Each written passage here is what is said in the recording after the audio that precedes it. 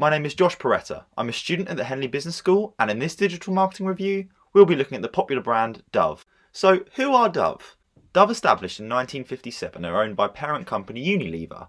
They operate in the highly competitive beauty industry and rely on digital marketing to create customer appeal. It was in 2004 when Dove launched the Real Beauty campaign and is continuing to evolve the story through its intelligent marketing decisions. Their overall marketing strategy is developed through the meta campaign Real Beauty and use this narrative to create smaller sub-campaigns. This allows them to utilise the evolution of the digital world. For example, as YouTube became more popular, they utilised this platform to release the Beauty Sketches campaign, which shed light to viewers on the negative mindset individuals unnecessarily have on themselves.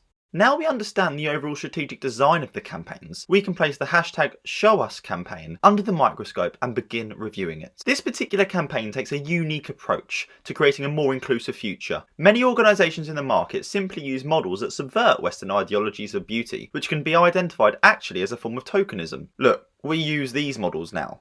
My response is that this does not tackle the heart of the issue. Granted, these organisations are bringing a few soldiers to the battle of underrepresentation, but Dove Show Us campaign turns up to the field with not only an army, but allies, including Getty Images and Girl Gaze. This is without already mentioning the multiple canons in the form of research and social influencers to help shape society for the better. The overall aim of the campaign was to offer a more inclusive vision of beauty. It is about giving consumers a voice, to shatter stereotypes. Research shows their main target audience is young, independent and affluent women, between the ages of 18 and 34. Their campaign has targeted a secondary audience in the form of non-binary individuals, and lastly, the majority of women who feel underrepresented in modern-day media platforms. The popular microblog Instagram was a fundamental part of the campaign, as their main users are 25 to 34-year-olds, which coincides with Dove's target audience. Its many-to-many model design allowed consumers to engage in trialogue with the brand and one another. Therefore, more consumers will engage in electronic word of mouth, becoming more aware of the campaign, which increases the likelihood of other users getting involved. This was a positive outcome for Dove, as Bowden suggests engagement would have increased satisfaction and loyalty towards the organisation. As a result, more than 7 million hashtags were shared. Dove's strategy was dependent on earned media. Earned media is branded content which is present online for which no company payment has been made.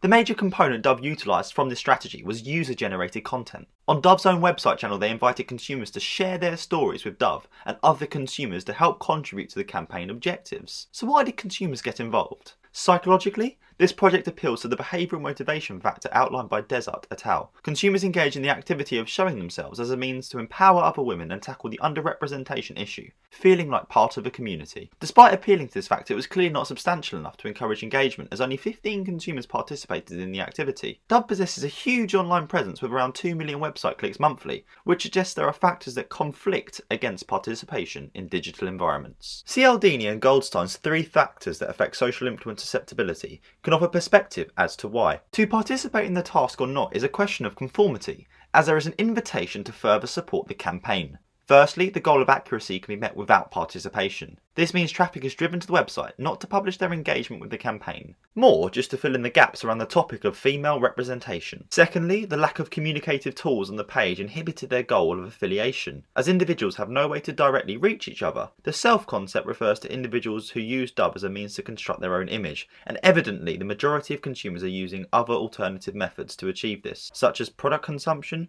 or sharing the hashtag on Instagram.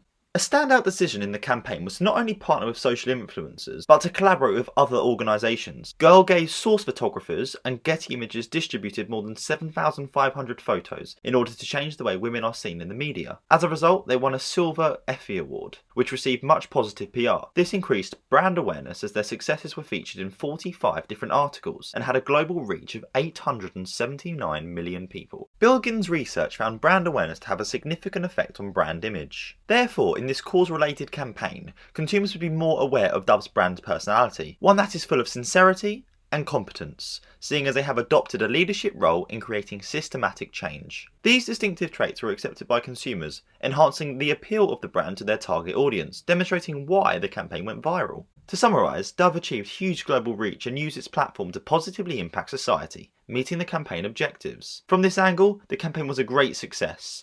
However, some activities had room for improvement. For example, the story sharing capability on the Dove website, and secondly, their billboards could have been more effective in transitioning offline individuals and getting them online. I recommend that Dove create an incentive for the first 500 stories that would appear on the website. This could be in the form of exclusive discounts. Once these stories have been posted, there would be an increase in sense of security, as more consumers would feel happier in sharing their story, hence a more effective social influence strategy. This is supported by Ash's study in 1955, which suggested consumers would be more likely to engage if there are more individuals already participating. In this section of the website, I would also allow communication, so that consumers can fulfill their objectives of affiliation.